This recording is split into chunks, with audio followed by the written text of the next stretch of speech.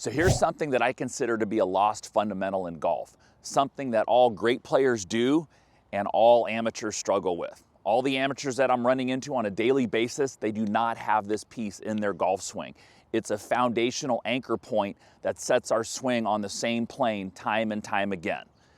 Now, we're about to jump in. I'm going to show you exactly what and then how we can fix it in your swing, but make sure you stick around because I've got an exciting announcement at the end also.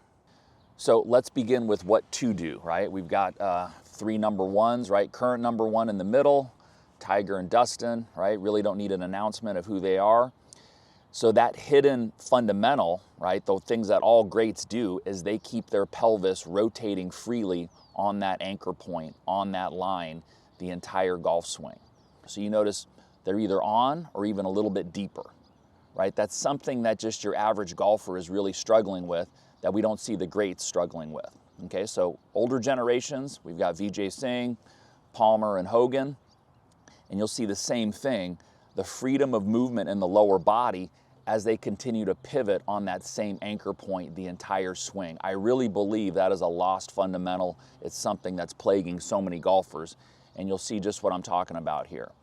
So now, when we get to amateur examples, right, we see all different versions of what us golf instructors call early extension, okay? And just so you know, a couple of these guys here are single-digit handicappers, but still struggle with inconsistencies. And you'll see there's a lot of different ways we can early extend. Some will even make a really good backswing, right, like this gentleman here. He gets the club nicely to the top, but he was really struggling with shanking half the balls he hit. You could see how much that changed on the downswing. We've got guys that come underneath with some early extension and the hips coming, guys that come over the top with it.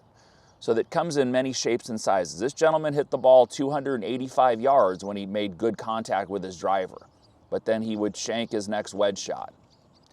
You can see just how much the average golfer, and you know, this is, I did not have to search hard at all. These were pulled up very easily. This is about 90% of the golfers out there that are moving away from that anchor point. So something that's so crucial, so important for you to realize that you're probably doing in your golf swing.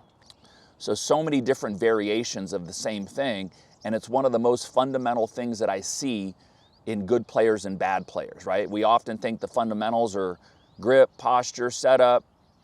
A lot of times it's actually what your hips are doing and what they should be doing compared to what the greats are doing. That's really where the secret sauce lies.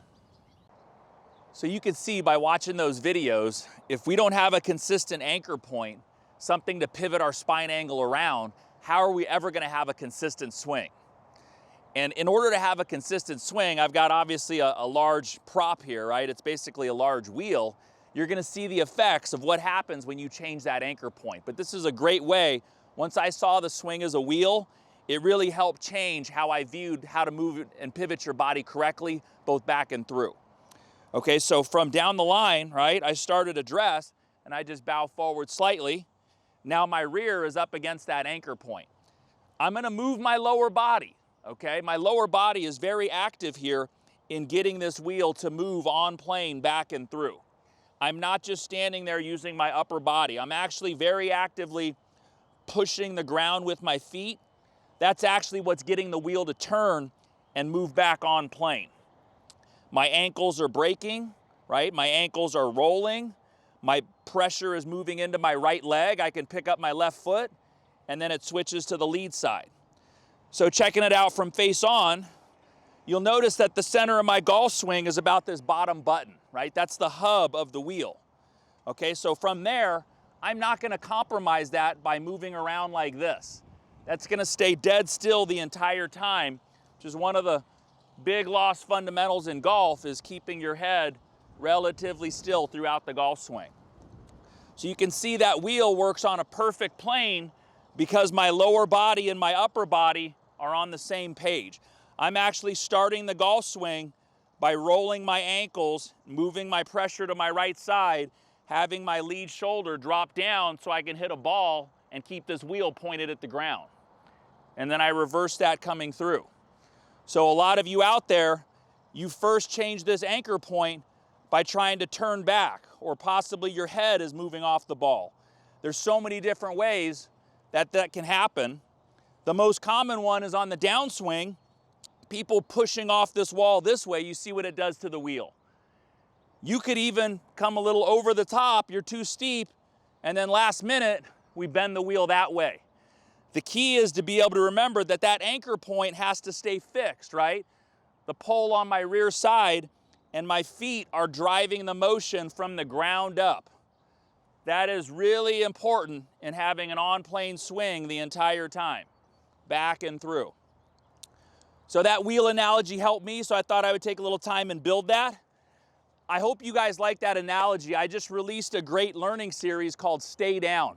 I'm seeing so many of my students who are struggling with losing this line. I'm talking 90% of the golfers out there, they're compromising this anchor point every time they swing.